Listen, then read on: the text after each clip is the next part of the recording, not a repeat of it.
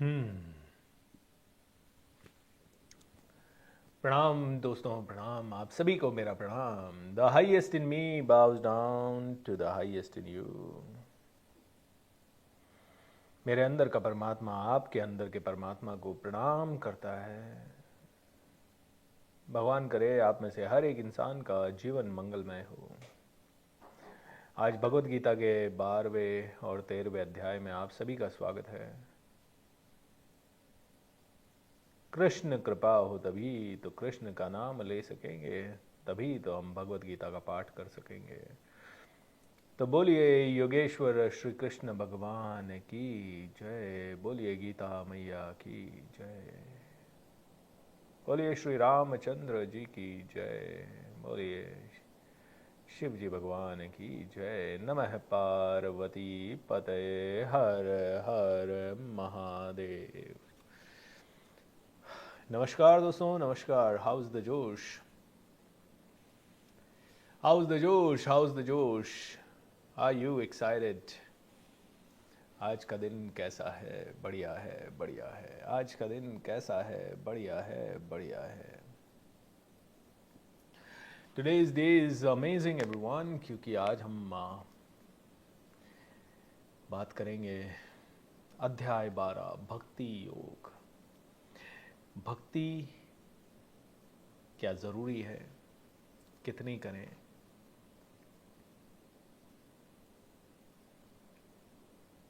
भक्ति क्यों नहीं ज़रूरी है और किस लेवल पे ज़रूरी है, ये सभी चीज़ों की चर्चा इस अध्याय में होगी।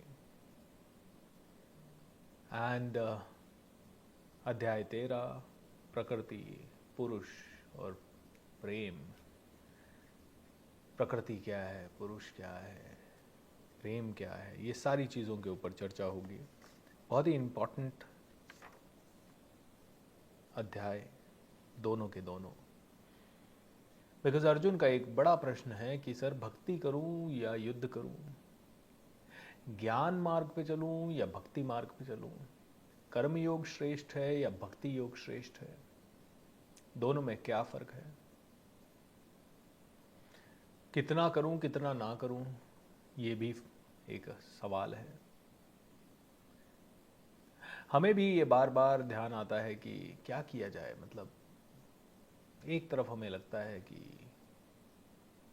भक्ति मार्ग, एक तरफ हमें लगता है कर्म योग। तो हमारे भी बहुत सारे द्वंद्व हैं। हम पैसा ज़्यादा कमाएं दिन रात मेहनत करके, या हम भगवान की भक्ति में लग जाएं, क्योंकि हर धर्म कहता है भक्ति करो। हर आध्यात्मिक गुरु के पास जाते हो तो कहता है सब कुछ छोड़ो, भक्ति करो। तो दोस्तों क्या किया जाए?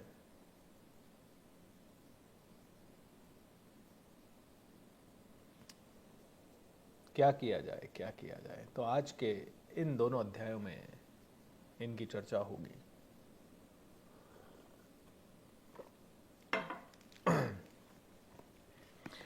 पहले तो ये समझना होगा कि हमें अपने ईगो को थोड़ा साइड में रखना होगा। हम में से हर एक आदमी कहता है कि मैं हूँ, मैं ऐसा हूँ, मैं कर रहा हूँ। हम कुछ नहीं कर रहे, हो तो कुछ और ही रहा है। हम करना तो कुछ और चाहते हैं, होता कुछ और है। क्योंकि कहीं ना कहीं भगवान की लीला है। गांधारी बहुत प्यार करती थी अपने पुत्रों से। जब उसे पता चला कि मेरे सारे पुत्र मारे गए तो बहुत विलाप किया, बहुत विलाप किया, बहुत विलाप किया। बहुत ज़्यादा रोई, परेशान हुई। बोलते हैं कि बाद में वो भगवान, वो इतना रोई कि युद्ध क्षेत्र में जाके रात को अपने सारे, शाम के समय अपने सारे पुत्रों की लाशों से लिपट लिपट के रो रही थी। अब मैं जी नहीं सकती, अब मैं जी नहीं सकती, अब मैं जी नहीं सकती, अब मुझे भी मर जाना है, ऐसा वो कर रही थी। भगवान श्री कृष्ण ने लीला रची। रोते रोते वो वहीं सो गई या बेहोश सी हो गई।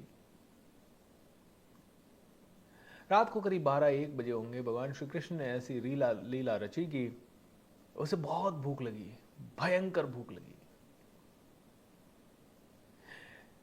एंड समझ ही नहीं आया कि क्या करें। अचानक से उठ गई और पागलों की तरह क्या खाऊं क्या खाऊं क्या खाऊं। हम में से कई लोगों को कई बार भूख लगती है। तो पास में एक आम का पेड़ था, उसको अंधेरे में ज्यादा तो नहीं दिखाई दिया, लेकिन समझ में आया कि हल्का सा आम का पेड़ टाइप का कुछ है और बहुत सारे आम लटक रहे हैं, लेकिन पहुंचे कैसे वहां तक। तो आनंद फानन में उसको कुछ समझ नहीं आया, तो वही युद्ध क्षेत्र में जो भी लाशें पड़ी थी एक के ऊपर एक सारी की सारी रखी, उनके ऊपर चढ़ी, आम तोड़ा और आम बैठ के खाने लगी। इतनी देर में ये सारी मशक्कत करते समय शायद थोड़ा उजाला, हल्का उजाला हो गया होगा, एंड भगवान श्री कृष्ण प्रकट हो गए। बोले, अरे गांधारी मैया, ये क्या कर रहे हो आप तो कह रहे थे आपके पुत्रों के बिना आप जी नहीं सकते, लेकिन ये क्या हो रहा है? आप तो बैठ के इन्हीं की लाशों के ऊपर बैठ के आम खा रहे हो। और जब उसको होश आया, ओ माय गॉड, कृष्ण के चरणों में गिर पड़ी। बोले, तो कहते हैं कि हम इंसान कई बार अपने अहंकार में कि मैं तो आध्यात्मिक हो गया हूं, मैं तो जानता हूं, हम कुछ नहीं जानते। हम जितना जानेंगे उतना ही नहीं जानते। हम जितना करेंगे उतना ही कम करेंगे। हम जितना सोच पा रहे हैं वो बहुत ही छोटा है, बहुत ही कम है। चाहे आप पूरे विश्व को पाने की भी सोच लो तो भी बहुत छोटा है। आप जितना भी ऊंचा उठने की सोचोगे वो बहुत छोटा है। You don't know what is going on. आपको नहीं पता अगला क्षण कैसा होगा, अगला पल कैसा होगा। इसीलिए हमें पहले तो ये समझना होगा कि everything in this world is driven by something और द अदर। कुछ ना कुछ चल रहा है, कुछ ना कुछ तरीके से हो रहा है, कोई ना कोई चीज कंट्रोल कर रही है। कौन सी शक्ति है? तो भगवान श्री कृष्ण ने 11वें अध्याय में हमें बताया कि मैं ही हूं सब जगह भाई। अब इसे आप भगवान श्री कृष्ण माने, आप इसे अल्लाह माने, इसे राम माने, आप इसे कोई और शक्ति माने, परम पिता परमेश्वर माने, पर ब्रह्म माने, आप इसे यूनिवर्स कहें, आप इसे ब्रह्मांड कहें, आप इसे कुछ और कहें, जो आप कहना चाहें वो कहें, लेकिन ये शक्ति कुछ और है। और बस यही शक्ति है जिसे हमें नमन करना है। इवन आगे के अध्याय में यह भी होगा कि क्या मूर्ति पूजा श्रेष्ठ है या निराकार की पूजा श्रेष्ठ है। क्योंकि कई लोग कहेंगे कि मैं मूर्ति पूजा करूंगा तो मैं सिर्फ एक रूप की पूजा करूंगा, जबकि भगवान तो अनेक रूपों में है, तो मैं निराकार की भक्ति करूंगा। तो दोनों में से कौन सा श्रेष्ठ है, कौन सी चीज अच्छी है, इसका भी उत्तर आज हमें मिलेगा। तो अर्जुन ने पूछा, जो आपकी सेवा में सदैव तत्पर रहते हैं या जो अव्यक्त निर्विशेष ब्रह्म की पूजा करते हैं, इन दोनों में से किसे अधिक पूर्ण माना जाए? मूर्ति पूजा ज्यादा श्रेष्ठ है या फिर जो ऐसे हैं जिनको हमने कभी देखा नहीं है, निर्विकार है? तो श्री भगवान ने कहा, जो लोग अपने मन को मेरे साकार रूप में एकत्रित करते हैं और अत्यंत श्रद्धा पूर्वक मेरी पूजा करने में सदैव लगे रहते हैं, वे मेरे द्वारा परम सिद्ध माने जाते हैं। तो ऐसे लोग जो मेरे साकार रूप में, निराकार नहीं साकार, निराकार लाइक ओमनी प्रेजेंट, कि अभी मैं निराकार की पूजा कर रहा हूं, तो कई लोग हमेशा कहेंगे कि निराकार की पूजा करो क्योंकि भगवान का कोई रूप नहीं है, भगवान का कोई आकार नहीं है, हर चीज में भगवान है ना, which is a great one, no problem.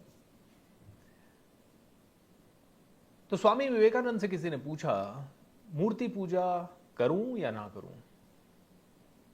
Swami Vivekananda ने कहा, मूर्ति पूजा करें। भगवत गीता कहती है, साकार रूप में मेरी एकाग्र करते हुए अत्यंत श्रद्धा पूर्वक पूजा में लगे रहते हैं, वो मेरे द्वारा परम सिद्ध माने जाते हैं। तो भगवान श्री कृष्ण गीता में भी कह रहे हैं कि साकार रूप में। बोलते हैं क्यों? तो स्वामी विवेकानंद से जब किसी ने पूछा कि मूर्ति पूजा करूं कि नहीं करूं, तो स्वामी विवेकानंद ने कहा मूर्ति पूजा श्रेष्ठ है। बोले क्यों मूर्ति पूजा क्यों श्रेष्ठ है भाई? क्योंकि भगवान तो सब जगह है। जैसे मैं मूर्ति की तरफ जाता हूं तो फिर तो सारी चीज़ों को छोड़ के फिर मैं कहता हूं यही भगवान है, इसी मूर्ति में भगवान है। तो भगवान श्री कृष्ण कहते हैं कि भगवान हर जगह है, वो बात सही है, लेकिन मान लो आपने यहां पे इस दीवार पे थूक दिया, आप थूक दो, ऐसे ही थूक दोगे आप दीवार पे, लेकिन अगर उसी दीवार पे आपके पिताजी का चित्र है, क्या आप थूक पाओगे? बिल्कुल नहीं। बोलेंगे आपकी अपने आप श्रद्धा बढ़ जाएगी आपके पिताजी की तरफ। आपके दादाजी के चित्र है, आप श्रद्धा से भर जाओगे। किसी भगवान का चित्र है, आप श्रद्धा से भर जाओगे, आप वहां पे थूक नहीं पाओगे, आपका ध्यान चला जाएगा। मतलब कि इस पूरे कमरे में भगवान है, लेकिन मेरा मंदिर इसी तरफ रखा हुआ है, तो श्रद्धा से नतमस्तक इसी तरफ हुआ जाता है, इसी तरफ झुकाव होता है, इसी डायरेक्शन में मैं झुकता हूं। वैसे तो हम किधर भी झुक सकते हैं, लेकिन अभी जब आपको पता ही नहीं है कि कौन सी चीज किधर है, तो you will not be able to. बोले पहले साकार और साकार से फिर निराकार। निराकार गलत नहीं है, लेकिन पहले साकार में तुम श्रद्धा तो लगा लो। पहले तुम्हें जो दिख रहा है उसमें भी श्रद्धा नहीं लगा पा रहे हो, तो निराकार की तरफ कहां से चले जाओगे? तो साकार ही निराकार का मार्ग है कि मूर्ति के थ्रू तुम ब्रह्म तक पहुंच सकते हो। कि एक चीज, तुम्हें कोई तो ऐसा एक ऑब्जेक्ट चाहिए जिसमें तुम श्रद्धा डाल सको। गुरु को प्रणाम करें, गुरु को प्रणाम करें, गुरु को प्रणाम करें। अच्छा गुरु सब जगह है, ऑलराइट, गुरु सब जगह है, लेकिन गुरु का चित्र सामने आते ही तो नतमस्तक। मतलब साकार से निराकार, साकार में तुम निराकार को देख पाओगे, बट ऐसे ही निराकार को देखने लगोगे तो तुम्हारा मन समझ नहीं आएगा, कभी तो देखेगा कभी नहीं देखेगा। जब साकार तुम्हारे सामने होगा तो तुम 24 घंटे देख पाओगे। तुम्हें अलग से अपनी इमेजिनेशन को कष्ट देने की जरूरत नहीं है। You can really surrender yourself. देखिए कितनी बढ़िया बात है। निराकार गलत नहीं है, लेकिन निराकार तक पहुंचोगे कैसे? तुम्हें मेडिटेशन करना है, तो पहले मेडिटेशन कहां से शुरू करोगे? कैसे पता लगेगा कि क्या है मेडिटेशन, कौन सी चीज है मेडिटेशन? तो तुम्हारा कोई ना कोई टीचर या कोई ना कोई गुरु बताएगा कि अच्छा मेडिटेशन के लिए पहले ये करो। विपश्यना जाओगे तो बोलेंगे यहाँ ध्यान लगाओ, फिर यहाँ ध्यान लगाओ, फिर यहाँ ध्यान लगाओ, फिर इधर, फिर इधर, फिर इधर, फिर इधर, फिर इधर, फिर इधर। एंड ऐसे करते करते आप पूरी शरीर की यात्रा दिन में पता नहीं कितनी ही बार करोगे, और ऐसे करते करते तुम एनलाइटेंड हो जाओगे। ऐसे करते करते तुम्हारा मन तुम्हारे वश में आ जाएगा, तुम्हारी इंद्रियां तुम्हारे वश में आ जाएगी, तुम्हारा शरीर तुम्हारे वश में आ जाएगा।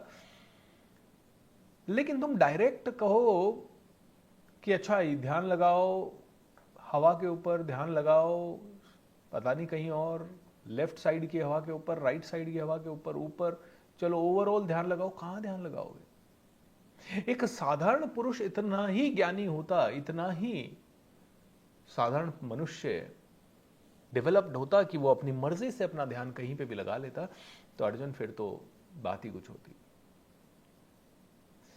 बोलिए श्रद्धा पहले साकार में आएगी आपकी। पहले आपको कोई चित्र चाहिए, तब जाके आप चित्रकार तक पहुंच पाओगे। जब तक आप चित्र को अप्रिशिएट नहीं करोगे, चित्रकार तक नहीं जा पाओगे। And that is the thing, that is the fact.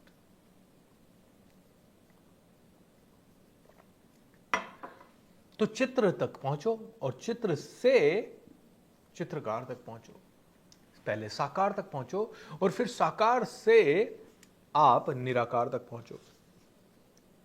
लेकिन जो लोग अपनी इंद्रियों को वश में करके तथा सबों के प्रति समभाव रखकर, सबके प्रति समभाव रखकर परम सत्य की निराकार कल्पना के अंतर्गत उस अव्यक्त की पूरी तरह से पूजा करते हैं, जो इंद्रियों की अनुभूति से परे है, सर्वव्यापी है, अकल्पनीय है, अपरिवर्तनीय है, अचल है तथा ध्रुव है, वे समस्त लोगों के कल्याण में संलग्न रहकर अंततः मुझे प्राप्त करते हैं।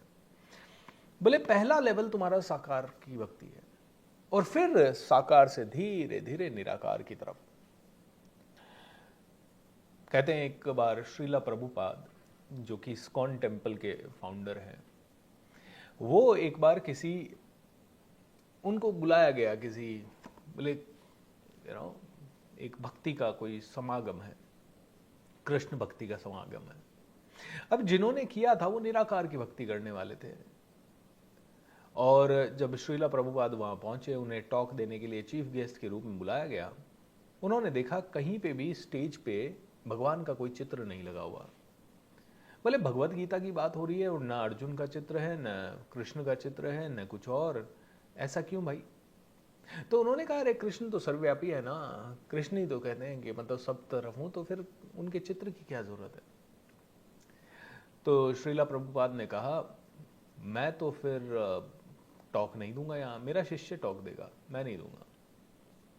तो उनका शिष्य चढ़ गया मंच के ऊपर, उनका शिष्य मंच पे चढ़ गया और बहुत अच्छी अच्छी टॉक देने लगा। सभी लोग बड़े एक्साइटेड हुए, और उसने टॉक देते देते साकार और निराकार को समझाते हुए एक बहुत ही सिंपल चीज कही कि भाई सभी जगह भगवान है, सभी जगह भगवान है। बोले हाँ सभी जगह भगवान है, तो सभी चीज़ों की आप पूजा कर सकते हैं। हाँ हाँ बिल्कुल, सभी चीज़ों की पूजा कर सकते हैं, वंडरफुल।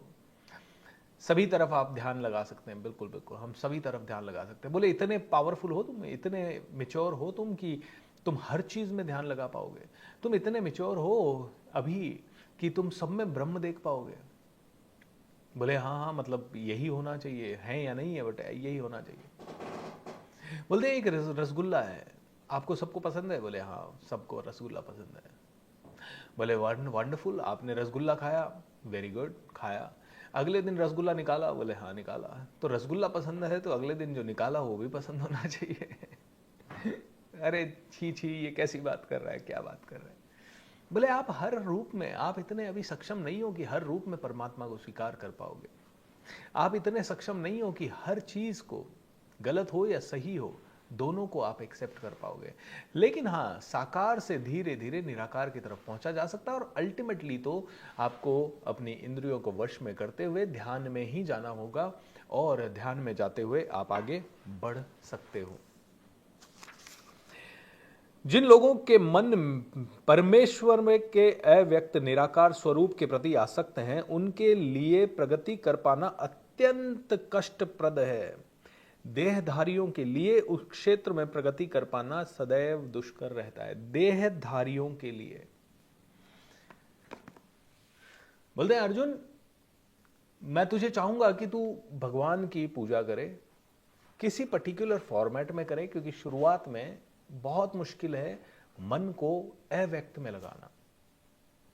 तुम मन को सांस पे तो लगा सकते हो, लेकिन मैं तुम्हें कहूं कहीं तो लगाओ मन को, तो तुम कहीं नहीं लगा पाओगे। तुम मन को शरीर में तो लगा सकते हो, लेकिन अगर मैं कहूं कहीं और लगाओ तो पता नहीं कैसे लगा पाओगे। बोलते हैं तो सबसे सरल मार्ग भगवान को पाने का, या भगवान की लीला का गुणगान करने का, या सरेंडर करने का है पूजा करना, भक्ति करना। पूजा करना मतलब आपकी पूजा पद्धति कुछ भी हो, आप किसी भी धर्म में हो तो जैसे, और हर धर्म में ऐसे प्रतीक है। कोई कहता है नहीं हम तो मूर्ति पूजा में नहीं मानते, ऐसा हो ही नहीं सकता। तो आप फिर जैसे हिंदुओं के मंदिर हो गए, मुस्लिमों के मस्जिद हो गए, गिरजाघर हो गए, हर किसी के एक पूजा स्थल है। आप वो पूजा स्थल क्या है, आप वहीं पे श्रद्धा से क्यों जाते हो? आप वहीं पे श्रद्धा से क्यों जाते हो? भाई हजारों सालों में दंगे हुए, क्यों हुए? क्योंकि वो पूजा स्थल की तरफ जो एक विशेष श्रद्धा है, जब उस काबा, काशी, मक्का, मदीना, हर चीज को देखते ही जो श्रद्धा से मन झुक जाएगा, उस तरफ देखते ही जो श्रद्धा से मन झुक जाएगा, बोले वो मूर्ति पूजा ही है, वो ही मूर्ति पूजा है। मूर्ति पूजा मतलब प्रतीक, कोई ना कोई प्रतीक जो हमें, जिसको देखते ही हम नतमस्तक हो जाए।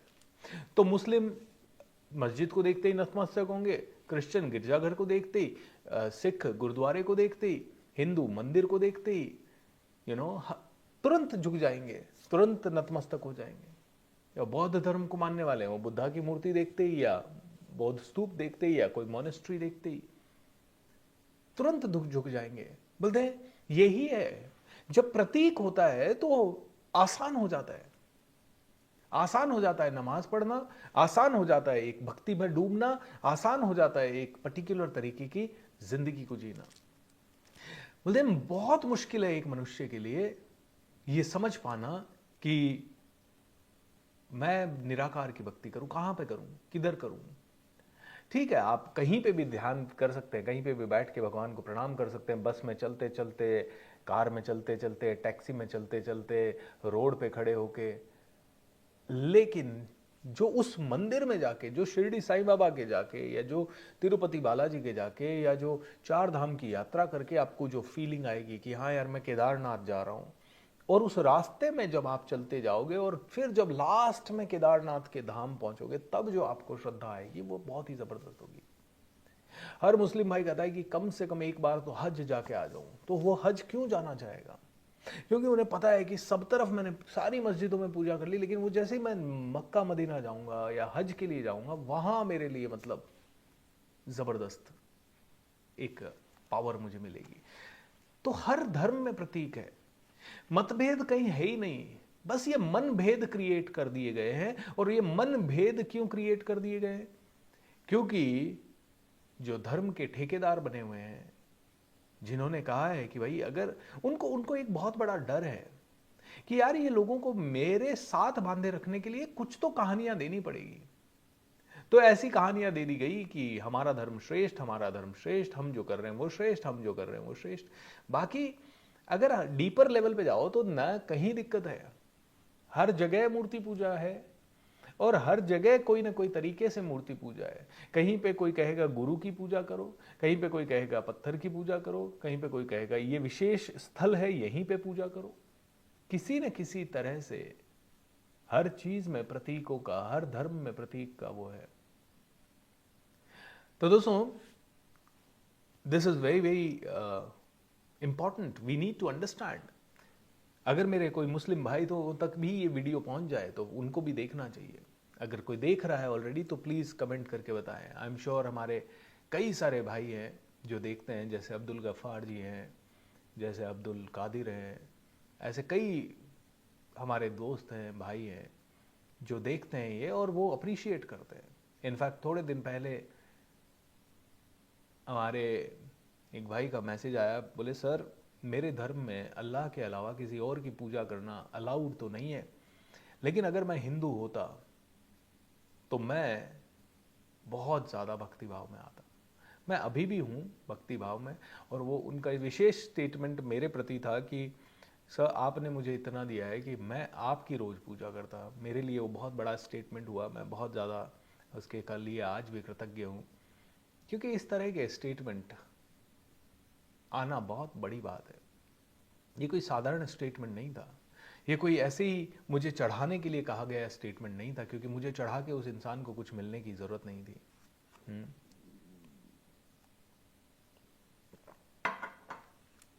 सो श्री भगवान ने कहा, जो लोग अपने मन को मेरे साकार रूप में एकत्रित करते हैं, क्योंकि ये जरूरी है।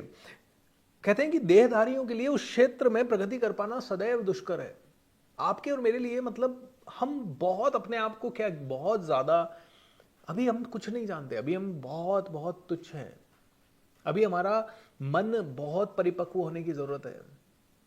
हमें कोई तो साधन चाहिए जिससे हम साध्य तक पहुंच सके, कोई तो साधन चाहिए जिससे हम अमेरिका पहुंच जाए।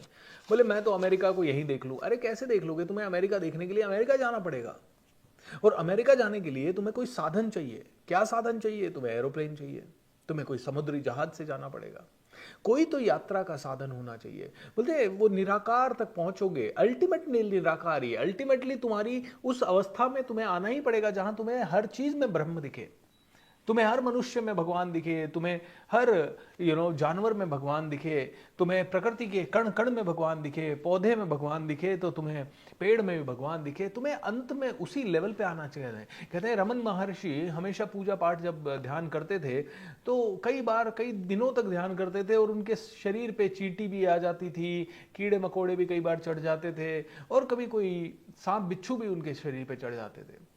एंड वो किसी को भगाते नहीं थे, वो करुणा से उसे देखते रहते थे। अरे भगवान ये काट जाएगा, अरे भगवान इसको, करुणा से वो देखते रहते थे। चींटियां चढ़ी हुई है, हजारों चींटियां शरीर के ऊपर, वो करुणा से देखते रहते थे।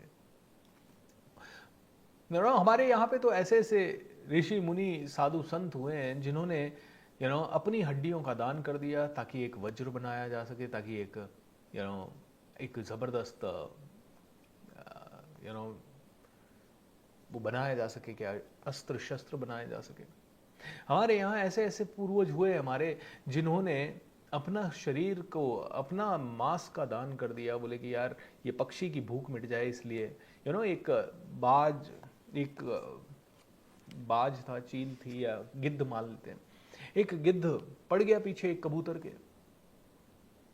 कौन से राजा थे वो, उनका नाम मुझे नहीं आ रहा, वो बड़े संत थे और वो बैठ के तपस्या कर रहे थे।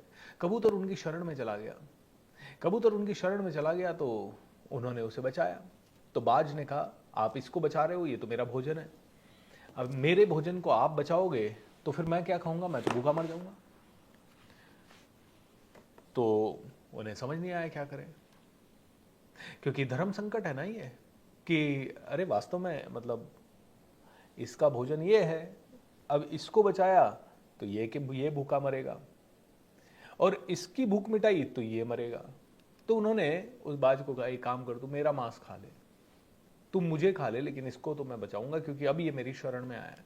ऐसे ऐसे राजा थे हमारे यहाँ, ऐसे ऐसे युद्ध वीर पुरुष आए जो गाय को बचाने के लिए या किसी पर्टिकुलर पशु को बचाने के लिए या किसी इंसान को बचाने के लिए हंसते हंसते अपने प्राण न्यौछावर कर देते थे। इस लेवल के लोग हमारे धरती पे पैदा हुए, हमारे धर्मों में पैदा हुए, हमारी संस्कृतियों में पैदा हुए, हमारे आसपास पैदा हुए। मतलब ये जो लेवल होता है ना, ये लेवल कुछ अलग ही लेवल है। ये भी असली अध्यात्म है, जहां आप हर जीव में परमात्मा देख सको। बोले उस लेवल तक लेकिन जाना, उस लेवल तक पहुंचने के लिए आपको बहुत तपस्या करनी पड़ेगी। क्या तपस्या करनी पड़ेगी, आगे बढ़ते हैं। जो अपने सारे कार्यों को मुझ में अर्पित करके, सारे कार्यों को मुझ में अर्पित करके, वापस से कर्म योग की बात हो रही है, तथा अविचलित भाव से भक्ति करते हुए मेरी पूजा करते हैं। भक्ति करते हुए अपने चित्तों को मुझ पर स्थिर करके निरंतर मेरा ध्यान करते हैं, उनके लिए हे पार्थ मैं जन्म मृत्यु के सागर से शीघ्र उद्धार करने वाला हूं। मुझ भगवान में अपने चित्त को स्थिर करो और अपनी सारी बुद्धि मुझ में लगाओ, इस प्रकार तुम निसंदेह मुझ में सदैव वास करोगे। हे अर्जुन, हे धनंजय, यदि तुम अपने चित्त को अविचल भाव से मुझ पर स्थिर नहीं कर सकते तो तुम भक्ति योग के विधि विधानों का पालन करो, इस प्रकार तुम मुझे प्राप्त करने की चाह उत्पन्न करोगे। भगवान कहते हैं कि अब हम सभी को भक्ति करनी चाहिए। अभी भगवत गीता के 11वें अध्याय तक आते आते हमें ये तो समझ में आ गया कि हर तरफ भगवान है, लेकिन हम सबके लिए प्रॉब्लम है कि भगवान को पाएं कैसे। अब भगवान को पाना है तो भगवान कहते हैं कि भक्ति मार्ग के विधि विधानों का पालन करो। क्या है भक्ति मार्ग? भक्ति मार्ग है, भक्ति मार्ग कर्म मार्ग से भी कहते हैं कि आसान मार्ग है, लेकिन मनुष्य हो तो कर्म करना पड़ेगा, और भक्ति करना भी एक कर्म है। ऑलराइट, सो भक्ति मार्ग पे चलो। क्या है भक्ति मार्ग? भक्ति मार्ग है कीर्तन करना, भक्ति मार्ग है पूजा पाठ करना, भक्ति मार्ग है सुबह शाम आरती करना, भक्ति मार्ग है आप गुरुजनों के साथ बैठना, भक्ति मार्ग है किसी ग्रंथ को पढ़ना। भक्ति मार्ग के विधि विधानों के हिसाब से, विधि विधानों के हिसाब से क्यों? क्योंकि उसमें फिर श्रद्धा आती है। कोई आजकल विधि विधान से तो हम अधिकांश लोग जानते नहीं है कि विधि विधान से क्यों पूजा करनी है, क्योंकि हजार जगह हजार पूजा पद्धतियां। तो आज एक पढ़ा लिखा आदमी, एक सोफिस्टिकेटेड आदमी कहता है कि सर मैं कैसे भक्ति करूं, मुझे तो समझ नहीं आता। तो वो कहता है ज़्यादा से ज़्यादा मेरे को तो दिया जलाना आता है जी, ज़्यादा से ज़्यादा मैंने तो अगरबत्ती कर दी जी। और सच में पूरी विधि विधानों से पूजा करना हर घर के हर व्यक्ति को नहीं आता, इसीलिए हम पंडित पुजारी मुल्ला मौलवी इन सबको बुलाते हैं कि भाई पूरे विधि विधान से कैसे पूजा करनी है। तो कहते हैं कि वो विधि विधान अगर तुम्हें पता है तो उनके हिसाब से पूजा कर लो, क्योंकि इट्स अ साइंस। ऐसा नहीं है कि भगवत गीता कह रही है इसलिए, इट्स अ साइंस। क्या साइंस है? जैसे आप जॉब पे गए, आप बिजनेस में गए या ऑफिस में गए, कहीं पे भी गए, तो आपका एक रिचुअल है कि सुबह 10 बजे वहां पहुंचना है या सुबह 9 बजे ऑफिस खुलेगा जी, और सारे लोग एक साथ 9 बजे आते हैं, तो एक एनर्जी का निर्माण होता है। लेकिन मान लीजिए एक ऑफिस में 10 लोग हैं, एक तो आ गया सुबह 7 बजे, एक आ गया दोपहर में 11 बजे, एक आ गया जी 3 बजे, 2 आ गए शाम को 4 बजे, 3 आ गए रात को 8 बजे, 2 आ गए रात को 2 बजे। कभी वो ऑफिस ऑफिस जैसा लगेगा ही नहीं, क्योंकि वहाँ पे एक चहल पहल होगी नहीं, वहाँ पे एक अलग सिनर्जी का निर्माण ही नहीं होगा। कोई तो संडे को काम करने आ गया और कोई सैटरडे को काम करने आ गया, कोई आया ही नहीं, तो पता ही नहीं है।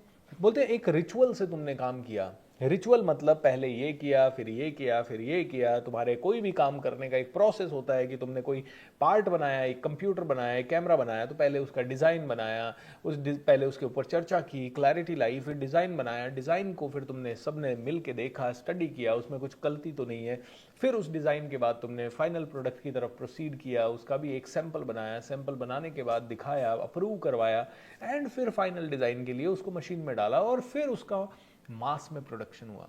बोले एक रिचुअल है। तुम कहो नहीं नहीं छोड़ो ना डिजाइन विजाइन, अभी तो पहले तो कुछ तो बना देते हैं, फिर उसको पहले देख लेते हैं, क्या पता बिना डिजाइन के डिजाइन में 4 दिन लगेगा, इसके पहले ये नहीं। भाई हर चीज का एक प्रोसेस होता है, हर चीज का एक रिचुअल होता है, हर चीज का एक तरीका होता है। मैं हमारा कमांडो ट्रेनिंग में बार बार लोगों को कहता हूं, success is not about you doing 10,000 things again and again and again and again. 10,000 चीजें आप बार बार करोगे, उससे कुछ नहीं होने वाला है। बोलते हैं 10,000 चीजों की जगह कुछ चीजें तुम्हें बार बार करनी है, बार बार करनी है, ताकि तुम सफल हो जाओ। ब्रूस ली कहते हैं, मुझे उन किसी भी मूव से डर नहीं लगता, उस आदमी से मुझे डर नहीं लगता जिसने 10,000 अलग अलग मूव को प्रैक्टिस किया है। मुझे सिर्फ उसी आदमी से डर लगता है जो आदमी एक ही मूव को 10,000 बार प्रैक्टिस करता है। तो रिचुअल से क्यों करना है? रिचुअल से या कोई तरीके से या विधि विधान जिनको कह सकते हैं, वो विधि विधान से क्यों करना है? क्योंकि विधि विधान से करने में आपकी कंडीशनिंग हो जाती है, क्लासिकल कंडीशनिंग आपके ब्रेन की हो जाती है। What do you mean by classical conditioning?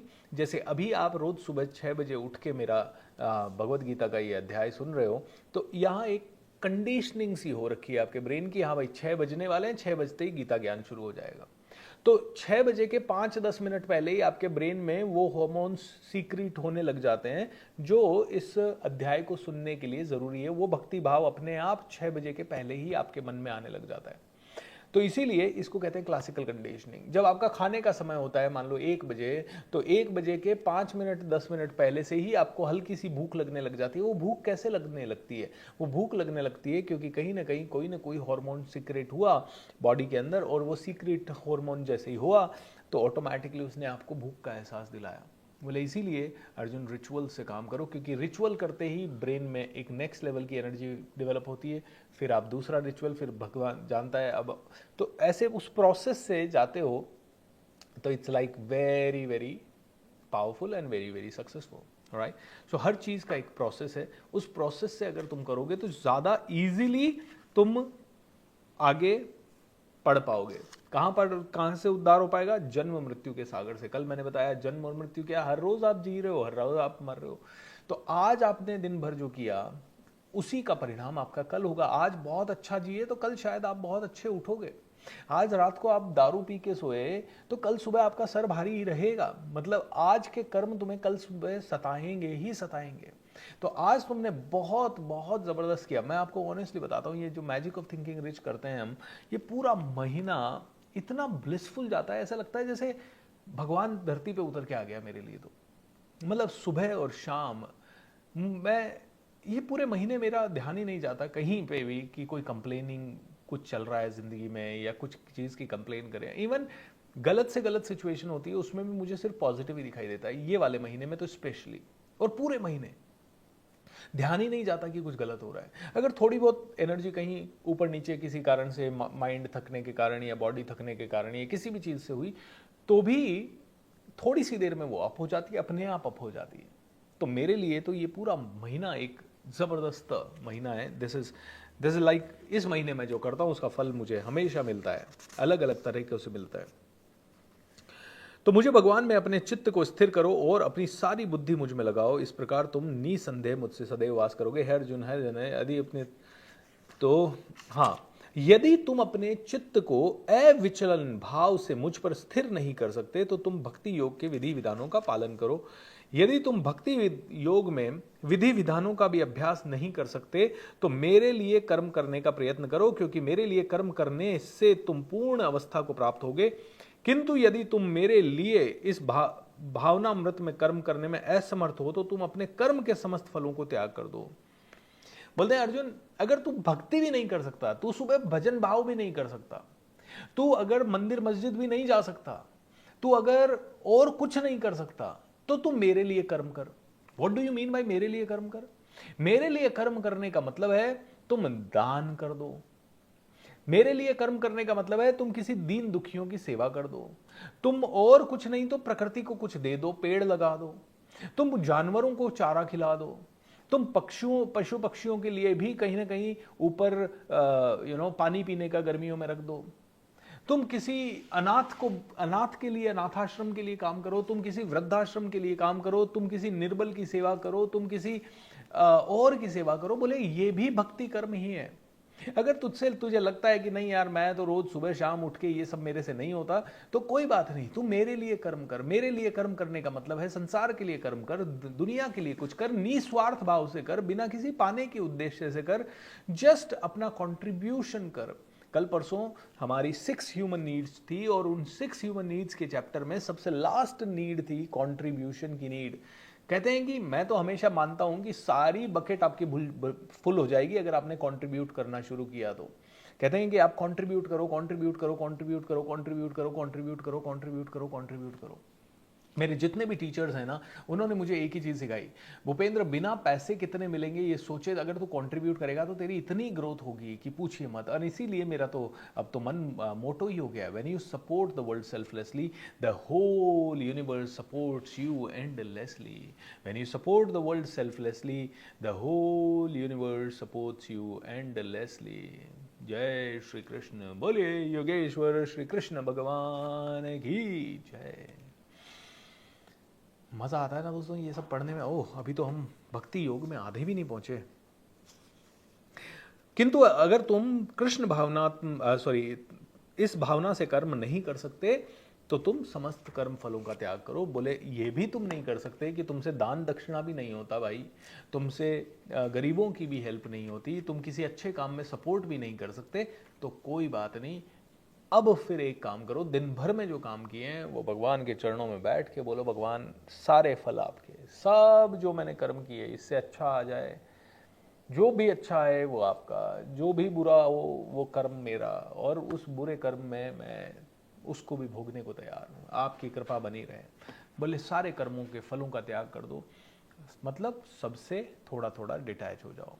सब तुम्हारा है और कुछ भी तुम्हारा नहीं है, स्वामी भी तुम हो और फकीर भी तुम ही हो। बोले फकीरी वाले एटीट्यूड में आ जाओ कि है ही नहीं मेरा कुछ, ठीक है अभी मिला है। फकीर को किसी दिन 5 स्टार मिल गई, वो एंजॉय करेगा, वो उसको पता है सुबह जाना है यहाँ से, कोई दिक्कत नहीं, मेरा तो है ही नहीं। वो एंजॉय भी कर सकते हैं और नहीं भी कर सकते हैं। वो हो सकता है 5 स्टार में भी चटाई बिठा के सो जाए। जो फकीरी में होता है ना, वो किसी चीज से अटैच नहीं होता। बोले हाँ मखमल का गद्दा है, वो अपनी जगह, मैं जमीन पे सो जाऊंगा, दैट्स ऑलराइट। वो जानता है कि हाँ भाई ये रेस्टोरेंट है, इसमें हजारों आइटम है, लेकिन अपने लिए तो दाल रोटी है या अपने लिए तो फल फ्रूट है। तो कहते हैं फकीरी की प्रैक्टिस भी करो, ऑलराइट। जिसने किसी को कष्ट नहीं पहुंचता तथा जो अन्य किसी के द्वारा विचलित नहीं किया जाता, जो सुख दुख में भय तथा चिंता में संभाव रहता है, वह मुझे अत्यंत प्रिय है। बोलते हैं अर्जुन, जब तू कर्म फलों का भी त्याग कर देगा तो तू शायद ये हो जाएगा, स्थित प्रज्ञ हो जाएगा, न तुझे दुख सुख भय चिंता कुछ नहीं सताएगा। मेरा ऐसा भक्त जो सामान्य कार्यकलापों पर आश्रित नहीं है, जो शुद्ध है, दक्ष है, चिंता रहित है, समस्त कष्टों से रहित है और किसी फल के लिए प्रयत्नशील नहीं रहता, वह मुझे अत्यंत प्रिय है। बोले मुझे ऐसा व्यक्ति बहुत प्रिय है जो बस वो करता जाता है, कर्म करता जाता है, वो बहुत कुछ मिलने की आशा से ना। तो अभी देखिए ना 90% लोगों को क्या होता है, थोड़ा सा कुछ करते हैं, उनकी एक्सपेक्टेशन होती है। आज मेरे पास कई लोग सीखने के लिए आते हैं और उन सबकी एक एक्सपेक्टेशन, करोड़ों कैसे कमाएं। मैं कहता हूं करोड़ों कमाने के लिए 5 साल तो मेहनत कर लो, बिना ये सोचे कि करोड़ आएंगे कि नहीं आएंगे। 5 साल तो शिद्दत से दे दो। मैं उनको यही कहता हूं कि मेरा जो छोटा मोटा या मेरे जितने भी दोस्त हैं जिन्होंने कुछ भी बड़ा किया है, सही बात तो ये है कि हम में से किसी को नहीं लगता था कि हम बहुत बड़ा कर सकते हैं। कोई भी सेलिब्रिटी को नहीं लगता था एक लेवल पे कि वो बहुत बड़ा सेलिब्रिटी बन ही जाएगा। हाँ मतलब छोटे बच्चे की जैसे होती है मैं सुपरमैन बनूं, वैसे हर आदमी चाहता जरूर था कि बन जाए, लेकिन किसी को ऐसा विश्वास नहीं था बन पाए। तो हर किसी का क्या था, बस यार छोटा सा रोल मिल जाए, यार छोटा सा काम कर ले, यार बस अपनी घर चल जाए, यार सबका इतना ही होता है। बस ये है कि उनको जब रास्ता मिलता है तो वो इतने घुस जाते हैं उस रास्ते में, उनको दिन रात वही रास्ता दिखाई देता है फिर। और उस दिन रात में वो कब 3 साल 5 साल 10 साल की मेहनत कर लेते हैं उन्हें पता ही नहीं होता है। और कहते हैं 8-10 साल की शिद्दत से मेहनत कर ली तो सब कुछ अपने आप मिल जाएगा, तुम्हें कुछ ज्यादा सोचने की जरूरत नहीं है। तो कहते हैं कि ये आप करते रहो, आप निस्वार्थ भाव से करते रहो। बोले सर निस्वार्थ भाव से कैसे करें? बस निस्वार्थ भाव से करना है, इधर इस हाथ से दिया इस हाथ से चला गया। मैं एक शादी में गया और मेरे फादर भी मेरे साथ थे, आज से ज़्यादा पुरानी बात नहीं है, 2-3 साल पुरानी बात होगी। शादी में गया और मैं बहुत लेट पहुंचा क्योंकि मेरा वेबिनार चल रहा था 9 बजे से 11 बजे तक, तो मैं 11 बजे वहाँ पहुंचा। तो 11 बजे वहाँ पहुंचा तो लिमिटेड गेस्ट थे, तो मेरे फादर ने मुझे एक बुजुर्ग आदमी से मिलवाया, हमारे एक रिश्तेदार थे दूर के, उनसे मिलवाया। और जब उन्होंने मेरे बारे में, उनको पता था, अरे आप तो बहुत अच्छा काम करते हो, ये आप तो पूरी दुनिया को इंस्पायर करते हो, मोटिवेट करते हो। मैंने कहा थैंक यू, उनका आशीर्वाद लिया। तो उन्होंने मुझसे एक बात पूछी, मुझे आपसे एक बात पूछनी है। क्या? बोले ये बताओ, ये कुछ कास्ट और कम्युनिटीज हैं जैसे कि बनिए, जैन या गुजराती, ये इतने अमीर क्यों हैं और बाकी की कम्युनिटीज इतनी अमीर क्यों नहीं है? बाकी हर इंसान दिन रात पैसा पैसा पैसा करता है, उसके पास आता नहीं है, और इनके पास बहुत लक्ष्मी बरसती है। मतलब दुनिया के सबसे धनी आदमियों में या तो गुजराती या जैन, ऐसा क्यों? अग्रवाल, राइट, मतलब वही जैनियों की सारी शाखा। बोले ऐसे क्यों कि अग्रवाल समाज या 1-1.5% होने के बाद भी, मतलब पूरी जनसंख्या में फिर भी 80% कंट्रीब्यूट कर पाते हैं ये लोग, 90% कंट्रीब्यूट, ये 2-3 समाज मिलके 90% 95% कंट्रीब्यूट करते हैं जीडीपी में और हर चीज़ में। बाकी लोग क्यों नहीं करते? रात को 11:30 बजे अचानक से मेरे से ये प्रश्न पूछा। अब मेरे सारे उत्तर मैंने उनको दे दिए कि भाई क्योंकि ये लोग फोकस्ड हैं, क्योंकि इन लोगों को बिज़नेस करना आता है, क्योंकि इनको पीढ़ियों से बिज़नेस की शिक्षा मिली होती है, क्योंकि इन्होंने बिज़नेस के अलावा कुछ और सोचा नहीं होता है। बोलते ये सारे उत्तर आपके वैलिड हैं, ऐसी बात नहीं है कि इनमें से कोई भी उत्तर गलत है, लेकिन एक और उत्तर है जो बहुत बहुत डीप है, उसको आप खोजो। मैंने कहा बताओ, उसके ऊपर आप रिसर्च करो। बोले क्या? बोले इनमें से हर आदमी, ये जितने भी लोग हैं अमीर, इनमें से हर आदमी गुप्त दान करता है, और इनमें से हर कोई अपने धर्म या दुनिया के कल्याण के लिए जी खोल के दान करता है। और कई बार ये ऐसा दान करते हैं कि इनके इस हाथ से दान किया तो इस हाथ को पता नहीं, बोले इनकी पत्नी को भी पता नहीं होता कि इन्होंने कहाँ दान किया है, इन्हीं को पता होता है, बस कर देते हैं ये।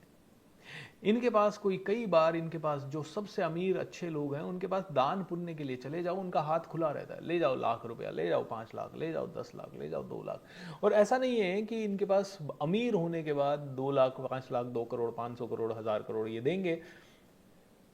आप टाटा ग्रुप को देख लीजिए, कितना, टाटा ग्रुप दुनिया का सबसे रिचेस्ट ग्रुप है, सबसे रिचेस्ट ग्रुप। लेकिन रतन टाटा साहब का या किसी भी टाटा परिवार के सदस्य का नाम नहीं आया कि मैं दुनिया का सबसे रिचेस्ट या ये। क्यों? क्योंकि उन्होंने अपनी सारी संपत्ति ट्रस्टों के नाम कर रखी है, और वो ट्रस्ट बहुत परोपकार के कार्य करती है,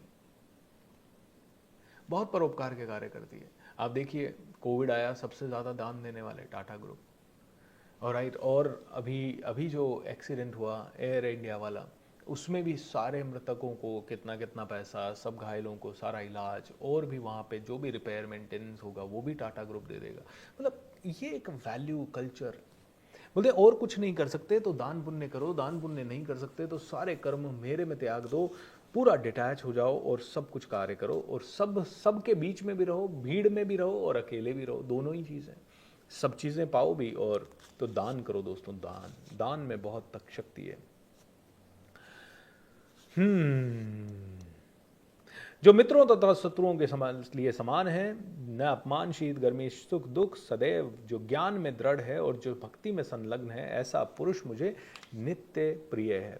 जो इस भक्ति के अमर पथ का अनुसरण करते हैं और जो मुझे ही अपना चरम लक्ष्य बनाकर श्रद्धा सहित पूर्ण रूपेण संलग्न रहते हैं, वे भक्त मुझे अत्यधिक प्रिय है। तो भक्ति मार्ग पे अब आता है 13वां अध्याय, पता नहीं आज पूरा हो पाएगा कि नहीं, बट कोशिश करते हैं, ठीक है।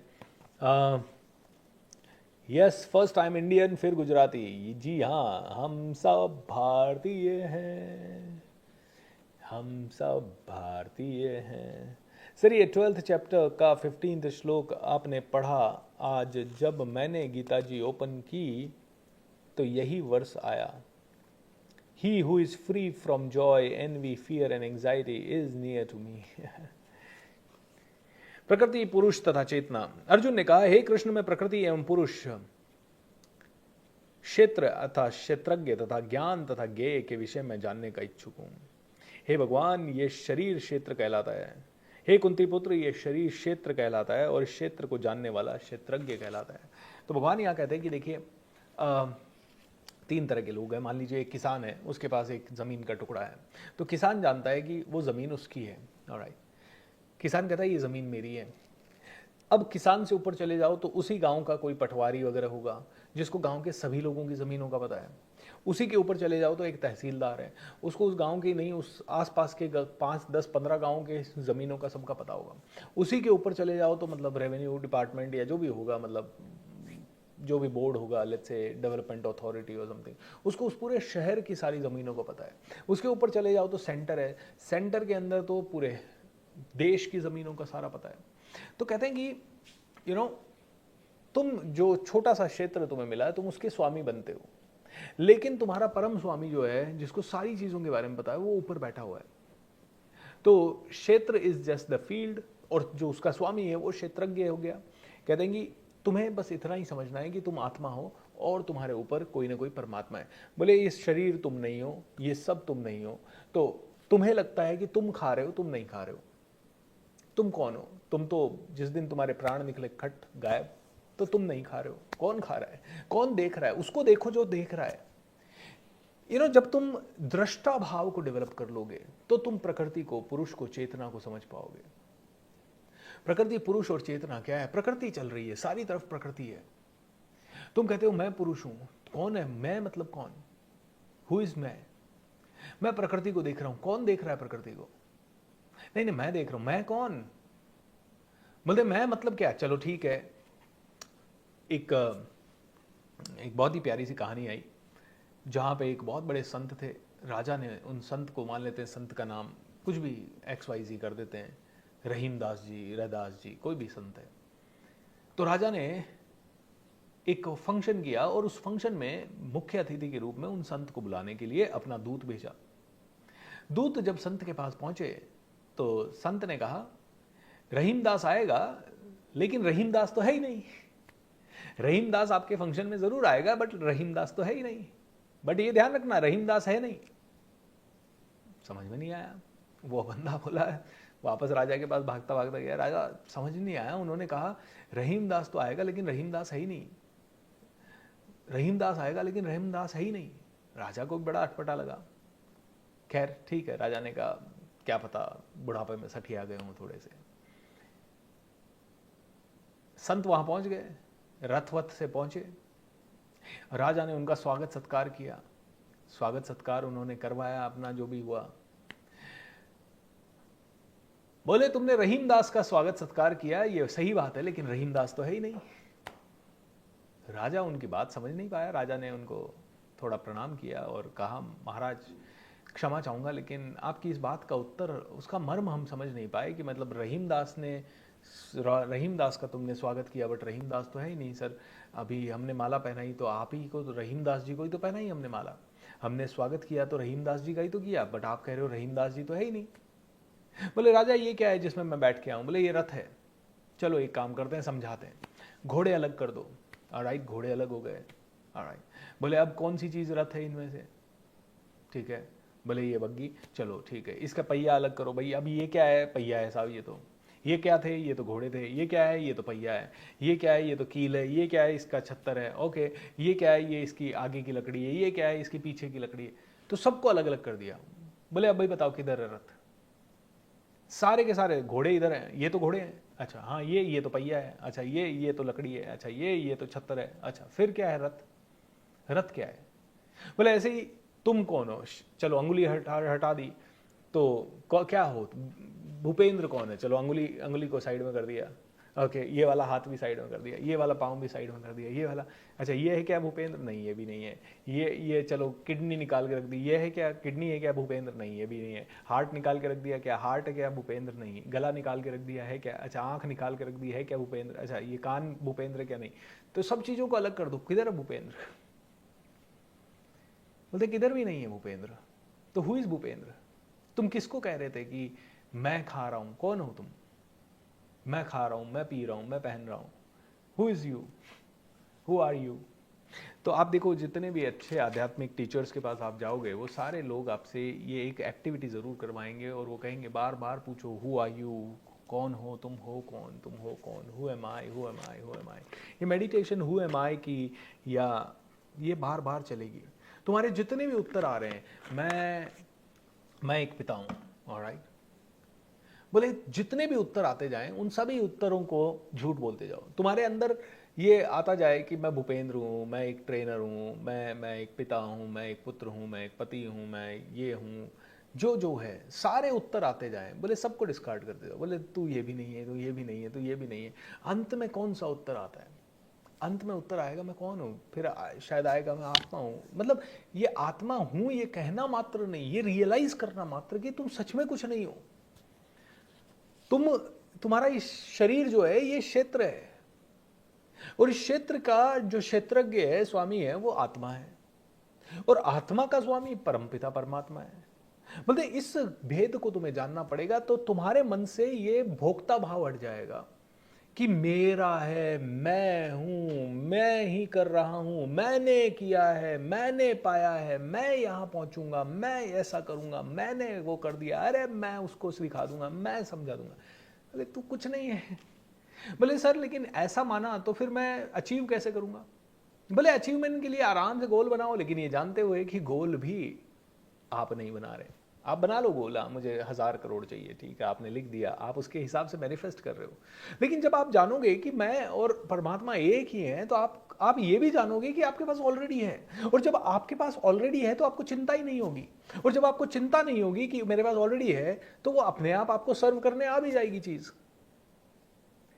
सोचिए, बहुत गहरी बात कह रहा हूं। लॉ ऑफ अट्रैक्शन को अगर ढंग से समझना है तो इसको समझना पड़ेगा। लॉ ऑफ अट्रैक्शन कहता है कि जो भी तुम्हें चाहिए वो ऑलरेडी तुम्हारा है। जो भी तुम्हें चाहिए वो और तुम एक ही हो, तुम और वो सेम ऊर्जा हो, और जब तुम और वो सेम ऊर्जा हो तो वो तुम ही हो। तुम्हें जो 1000 करोड़ चाहिए या तुम्हें जो गाड़ी घोड़ा बंगला चाहिए, वो सब तुम ही हो, तुम्हारे पास ऑलरेडी है। तुम कहते हो मेरे पास नहीं है, अरे प्योरेस्ट फॉर्मेट यानी एनर्जी के फॉर्मेट में तुम्हारे पास है। पानी को जब तुमने देखा तो वो पानी है, लेकिन उसको तुमने उबाला तो वो वाष्प बन गया। तो वो वाष्प सब जगह है, वो हवा के हर एक कण में है, और हवा में कोई वैक्यूम नहीं है। तो इधर का पानी और इधर का पानी सेम है, क्योंकि कहीं ना कहीं सब कनेक्टेड है।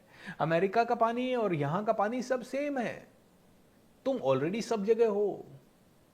तुम्हारा शरीर, जब तुम कहते हो कि नहीं मैं मतलब मेरा शरीर, तो तुम सब जगह नहीं हो। जैसे ही तुमने अपने बॉटल पे पानी पे ढक्कन लगा दिया तो तुम बॉटल का पानी हो, अदरवाइज तुम सब जगह हो।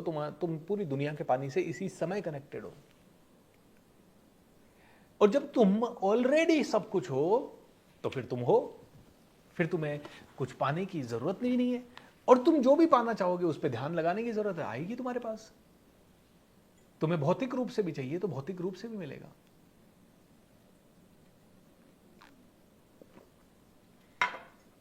जय श्री कृष्णा। तुम्हें ज्ञात होना चाहिए कि मैं भी समस्त शरीरों में ज्ञाता भी हूं, और इस शरीर तथा इसके ज्ञाता को जान लेना ज्ञान कहलाता है। बोले तुम्हारे शरीर को जान लो पहले। तुम हो कौन? तुम इनमें से कुछ भी नहीं हो। तो कौन है जो इस शरीर को चला रहा है? अच्छा आत्मा है, चला रही है। और इस आत्मा का ध्येय क्या है? ये क्यों आई है? क्या आई है? क्यों करवा रही है मुझसे ये सब? मेरे से यही काम क्यों करवा रही है इस समय? क्या रीजन क्या है? हु एम आई? मुझे ये अहंकार हो जाए कि मैं कर रहा हूं ये प्रोग्राम। अरे तू कौन होता है भाई करने वाला? तू है कौन? अच्छा मैं शरीर हूं। नहीं, भूपेंद्र कौन है? अच्छा आत्मा का नाम है क्या भूपेंद्र? Probably not. पता नहीं किसका नाम है। क्या नाम है? तो तेरे तो इतनी भी औकात नहीं है कि ये लाइट बंद हो जाए या ये कैमरा बंद हो जाए तो तू ये सेशन कर सके, या ये इंटरनेट बंद हो जाए, माइक्रोफोन बंद हो जाए तो तू ये सेशन कर सके। तो but who are you? You are nobody. अब तुम मुझ में संक्षेप से सुनो कि कर्म क्षेत्र क्या है, ये किस प्रकार बना है। तो बोलते हैं ये जो शरीर है ये सिर्फ कर्म क्षेत्र है, ये भोक्ता क्षेत्र नहीं है। तुम जो भोगने में लग जाते हो कि अरे आनंद ही आनंद आ गया, आज तो क्या खाना खाया, बोले ये सिर्फ कर्म क्षेत्र है, तुम इसे भोक्ता क्षेत्र बना रहे हो, ये गलती हो रही है। तुम इसे भोग विलास और इंद्रिय तृप्ति का साधन बना रहे हो। बोले तुम सिर्फ कर्ता का, तुम्हारी इंद्रिया मैंने तुम्हें कर्म करने के लिए दी है, तुम्हारा शरीर मैंने तुम्हें कर्म करने के लिए दिया है, ताकि तुम आत्मा को वो लेसन्स दिलवा सको, इसके थ्रू, कर्मों के थ्रू वहां ले जा सको आत्मा को जहां तुम्हें जाना है। लेकिन तुमने क्या कर दिया? तुमने उल्टा कर दिया। तुमने कर्म की जगह भोक्ता भाव को तुमने बहुत ज्यादा श्रेष्ठ मान लिया। तुम सिर्फ कर्म ही भोक्ता भाव के लिए करते हो कि मैं भोग लूं इसलिए मैं कर्म करूं, मैं काम कर लूं ताकि मेरे पास पैसा आ जाए, मैं ये कर लूं ताकि मेरे पास ये आ जाए। बोले नहीं, तुम कर्म कर लो, पैसा अपने आप आएगा, फल है वो तो। तुम पेड़ का बीज लगा दो, उसकी जड़ को सींचो, तुमने जड़ को सींचने का नियम बना लिया तो तुम्हें डरने की जरूरत नहीं है, फल मिलेगा। और वो फल तुम खाओ ना खाओ, बांटो, सारे पेड़ के हजारों फल आ जाएंगे, तुम खा ही नहीं पाओगे, तुम्हें बांटने ही पड़ेंगे। चाहे तुम पैसे लेके बांटो, चाहे तुम किसी और को बांटो, चाहे तुम पशु पक्षियों को खिलाओ, तुम नहीं खा सकते सारे फल। It is impossible. तुम कहो नहीं सारे फलों का स्वामी मैं ही, फल सड़ जाएंगे। तुमने सारे फल लिए अपने घर के अंदर रख दिए और तुमने कहा मैं किसी को नहीं बांटूंगा, सारे फल सड़ जाएंगे। Arjun, you are suppose to really have distribute those फल। तो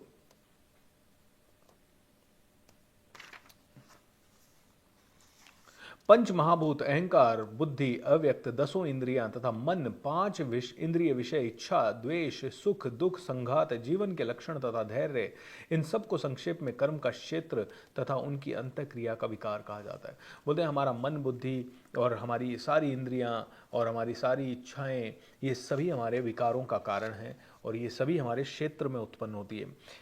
अब भगवान ने कुछ ऐसी क्वालिटीज़ बताई है जो कि एक बहुत अच्छे इंसान की क्वालिटीज़ हो सकती है। विनम्रता, दंभहीनता, अहिंसा, सहिष्णुता, सरलता, प्रामाणिक गुरु के पास जाना, पवित्रता, स्थिरता, आत्मसंयम, इंद्रिय तृप्ति के विषयों का परित्याग यानी कि डिटैचमेंट, अहंकार का अभाव यानी बहुत ही सरल स्वभाव, वैराग्य, ओके,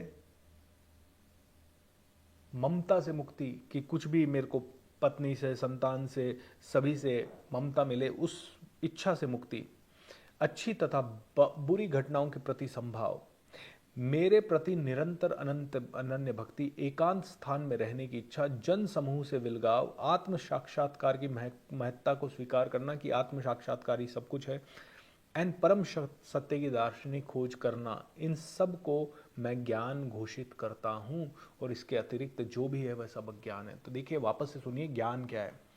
विनम्र होना। जो इंसान विनम्र है, ईगोलेस है, जो कहता है कि नहीं यार बड़े हैं मुझे झुकना है, रिश्तों में कड़वाहट आ गई मुझे झुकना है, मुझे पोलाइटली बात करना है। विनम्रता। दंभहीनता, घमंड नहीं है जिसमें।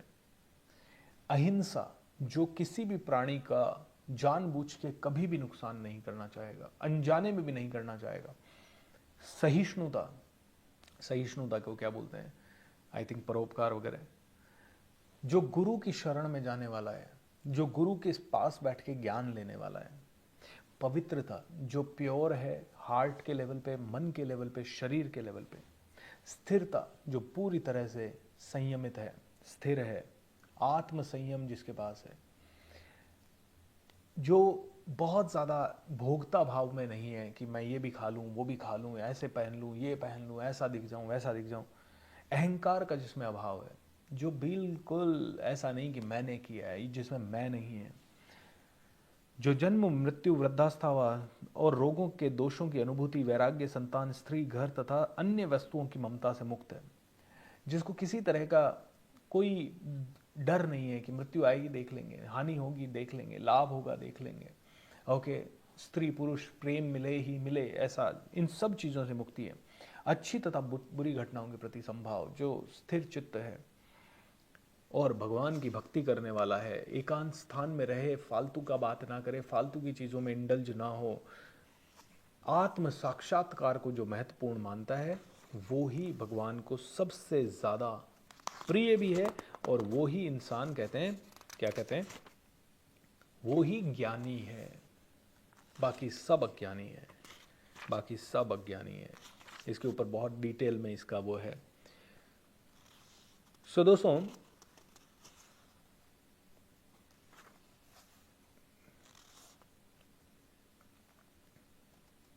ज्ञान की तरफ बढ़ना होगा।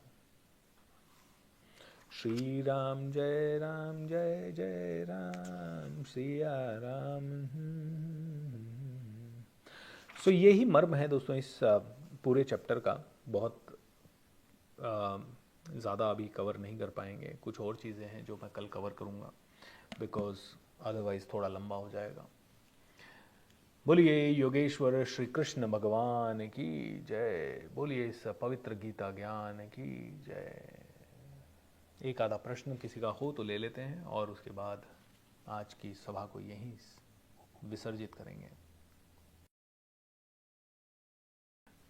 2-3 क्वेश्चंस जो लोगों के हैं कि मैनिफेस्टेशन रिट्रीट कब होगी। मैनिफेस्टेशन रिट्रीट हो रही है 19 और 20 जुलाई को पुणे में।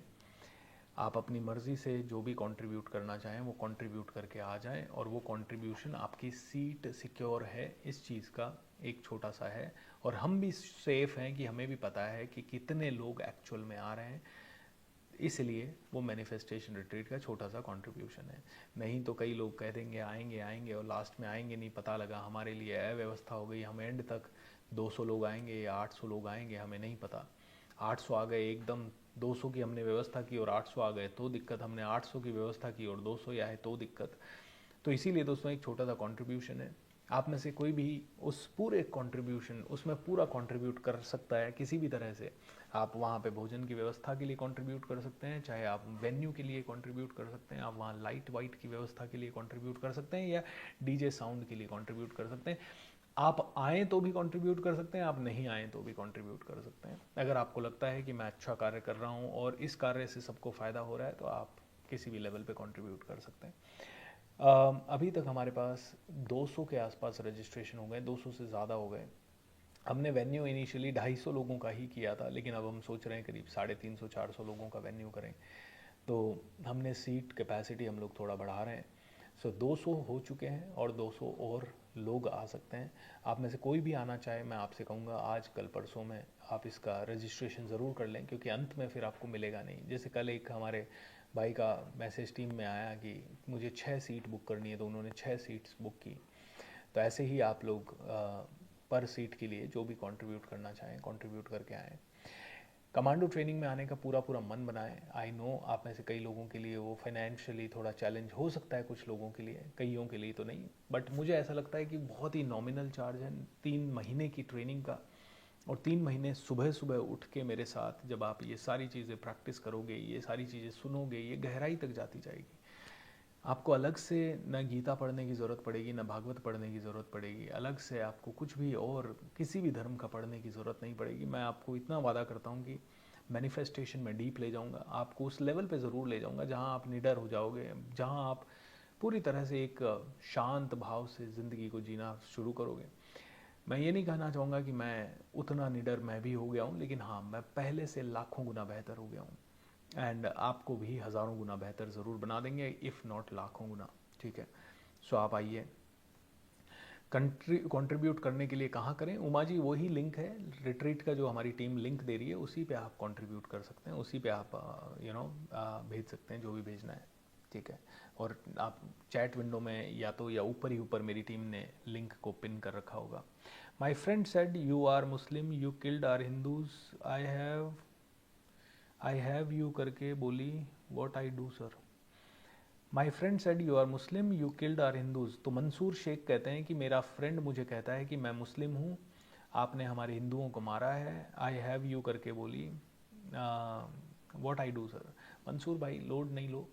देखिए हर धर्म में हर तरह के लोग हैं, मतलब जो धर्म क्या, मतलब हर जगह पे हर तरह के लोग हैं। एंड अगर आप सच्चे हो तो आपको कोई दिक्कत नहीं है। मैं कहता हूँ परोपकार करो, ज़्यादा से ज़्यादा लोगों की हेल्प करो, ज़्यादा से ज़्यादा लोगों को एक ऐसा उदाहरण पेश करो। देखिए बुरा मत मानिएगा, लेकिन कहीं ना कहीं जो ज़्यादा से ज़्यादा आतंकवादी हैं वो कहीं ना कहीं पाकिस्तान से आ रहे हैं, और पाकिस्तान में बहुत सारे मुस्लिम लोग हैं। तो इसीलिए कहीं ना कहीं एक छोटा सा परसेप्शन कई सारे हिंदुओं का बना है कि हाँ ये चैलेंज है, और आज की राजनीति भी पूरी हिंदू और मुस्लिमों के अगेंस्ट ही चल रही है, या उसी के ऊपर राजनीतिक पार्टियां अपनी रोटियां सेक रही है। तो वो एक प्रोपेगेंडा सा खड़ा कर दिया गया है।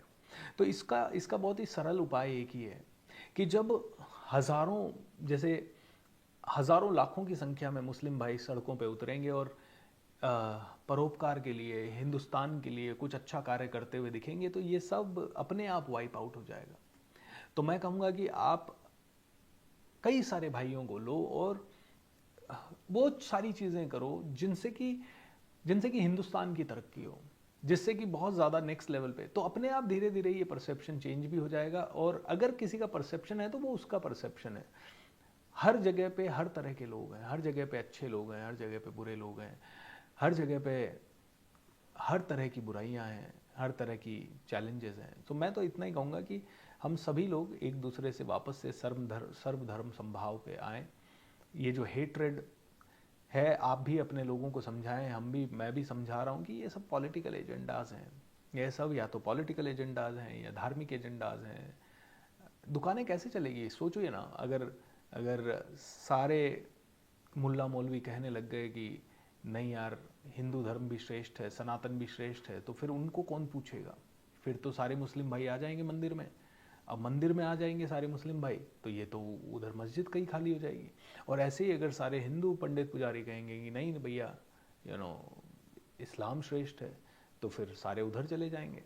तो सब लोगों का एक ध्येय है। देखिए मैं भी अगर ट्रेनिंग कर रहा हूँ तो मेरा एक फोकस रहेगा कि आप में से हर एक आदमी मेरे पास रोज आए, क्योंकि अगर मैं कि मेरे को सुनने वाला कोई है ही नहीं तो मैं बोलूँगा किससे? ऑलराइट, इतने सिद्ध हम अभी हुए नहीं हैं कि हम बुद्धा की तरह जंगल जाके एक पेड़ के नीचे बैठ जाएं और हमें एनलाइटनमेंट हो जाए और हमें इस चीज़ से कोई फ़र्क ही ना पड़े कि कपड़े हैं या नहीं है, खाना है कि नहीं है। इतने अभी हम सिद्ध नहीं हुए हैं। इसीलिए हर आदमी का एक छोटा सा एजेंडा ज़रूर ये रहता है कि यार मेरे से लोग जुड़े हुए हैं। तो कहीं ना कहीं जितने भी हमारे धर्म गुरु हैं, चाहे जितने भी हमारे सभी धर्मों के हाईएस्ट लेवल के लोग हैं, कुछ को छोड़ के, वो सभी का एक बेसिक एजेंडा है कि मैं जो बता रहा हूँ वही। और अच्छा, सब लोग अपने अपने लेवल पे कन्विंस्ड भी हैं। मैं इस भगवत गीता के ऊपर इसलिए बात कर पा रहा हूँ क्योंकि मैं कन्विंस्ड हूँ कि जो मैं बोल रहा हूँ वो सही है। मैं मैजिक ऑफ थिंकिंग रिच पे बात इसलिए कर पा रहा हूँ क्योंकि मैं जो बोल रहा हूँ मुझे पता है वो परम सत्य है। तो हर आदमी ने अपनी अपनी पढ़ाई की और अपनी अपनी पढ़ाई के बेस पे कुछ ना कुछ डिस्कवर किया है और उसको लगता है कि वो परम सत्य है। बट कुछ लोग उसमें से जो मैनिपुलेटिव होते हैं ना, वो जो सच में परम सत्य को पा चुके हैं, खोज चुके हैं, वो कभी भी ऐसा नहीं करेंगे। वो कभी भी नहीं कहेंगे कि मुझे तो इतनी अच्छी चीज़ें लगती है कई मुस्लिमों की कि नमाज पढ़ना, रोज़ा करना, इतना संयम होना कई चीज़ों पे, न नशा करना, न किसी तरह का बीड़ी सिगरेट दारू की तरफ जाना, कई सारी चीज़ें बहुत बहुत अच्छी हैं। और जो भी छोटी मोटी गलतियां किसी भी धर्म में किसी भी व्यक्ति में है, वो कई परिस्थितियों के कारण हुई और वो आज पता नहीं फालतू की रूढ़ियां बन गई है। ऑलराइट, और वो रूढ़ियों को तोड़ना होगा। हमें एक पढ़े लिखे लॉजिकल इंसान की तरह सोचना होगा कि मिलने क्या वाला है।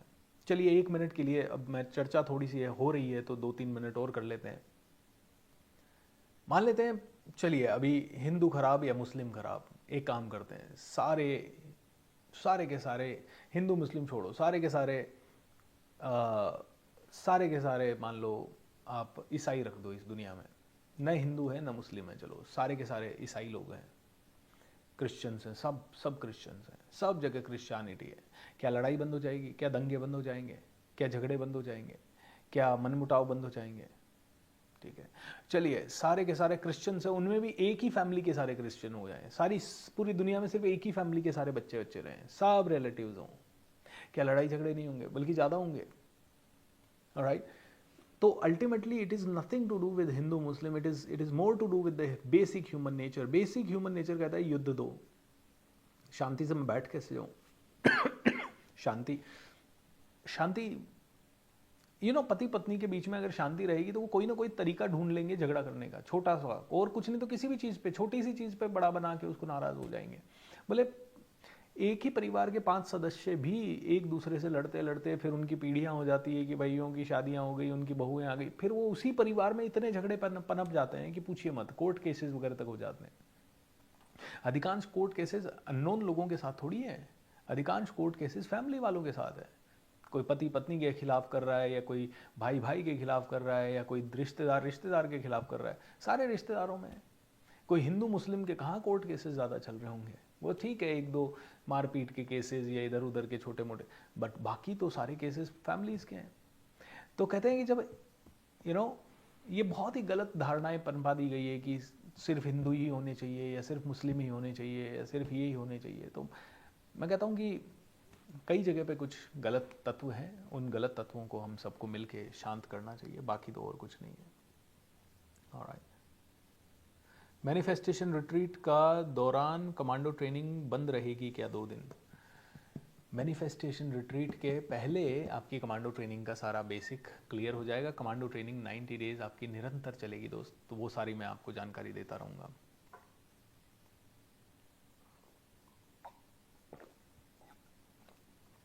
ब्रेक थ्रू प्रोग्राम का डिटेल भी दीजिए ना प्लीज़. ब्रेक थ्रू, कौन सा ब्रेक थ्रू? अभी आप 2 ही चीज़ों को फोकस करें. एक तो कमांडो ट्रेनिंग में आए. कमांडो ट्रेनिंग का बैच शुरू होगा 11 जुलाई से, एंड आप में से हर एक आदमी 11 जुलाई तक रजिस्टर कर सकता है, लेकिन उसका थोड़ा सा फीस 1 तारीख से और रिवाइज होगा. अभी 9,699 रुपये का फीस है, 9699 का, एंड 1 तारीख से उसका फीस थोड़ा सा रिवाइज होगा. मैं चाहूँगा कि आप में से हर एक आदमी उसमें आ जाए. एंड एंड मोमेंट पे रजिस्टर करने का बस एक ही नुकसान है कि आपको जो किट है वो कमांडो ट्रेनिंग शुरू होने के थोड़ा सा 5-10 दिन बाद मिलेगा, क्योंकि कहीं पे भी आपको कुरियर करना है तो 2 से 3 दिन का समय मिनिमम चाहिए. लेकिन किट बनना, पैक होना, वो सारी चीज़ें, तो that's what I would say. Sir रहने का अरेंजमेंट होगा क्या? भाई साहब बिल्कुल 7 स्टार होटल में आपका सबका रहने खाने का अरेंजमेंट मेरी तरफ से रहेगा. तो आप लोग क्या कीजिएगा कि JW मैरियट से लेके जितनी भी होटल्स है पुणे के अंदर, वेस्टिन वगैरह, उन सभी में सीधा अपना सामान लेके जाइएगा. मेरा नाम लीजिएगा और कमरा बुक करके आराम से रहिएगा. है कैसे हो पाएगा, सोचिए ना आप. आपसे मैं कुछ पैसा नहीं ले रहा हूँ और फिर रहने का अरेंजमेंट कैसे कर दूंगा. प्रसाद का अरेंजमेंट रहेगा. मैं भोजन की भी पूरी गारंटी नहीं दे रहा हूँ कि यहाँ पे वहाँ पे रोटी सब्जी चावल दाल ये वो. मैं कह रहा हूँ प्रसाद होगा. प्रसाद मतलब it can be dal rice हो सकता है, इट कैन बी खिचड़ी हो सकता है, इट कैन बी कुछ हो सकता है. आपका बस पेट थोड़ा सा भर लेंगे कैसे तरह. फिर भी आपको लोड हो तो आपके साथ आप नमकीन बिस्किट जो भी डाल के अपने बैग में लाना चाहें वो ले आइएगा. और आसपास अगर खाने पीने की कई व्यवस्थाएं हुई कई सारे, वहाँ जाके आप लंच वंच में कुछ खाना चाहें तो वो आपकी मर्ज़ी है. बट मैं इतना गारंटी दे सकता हूँ कि सुबह 9:30 बजे से लेके शाम को 8-9 बजे तक मैं आपको पूरी तरह से एहसास नहीं होने दूंगा कि आपको भूख लगी या क्या लगा. और 8-9 बजे के बाद आप अपनी मर्ज़ी से जहाँ जाके सोना चाहें वहाँ सो सकते हैं. ठीक है, सो प्लीज़ अंडरस्टैंड दिस.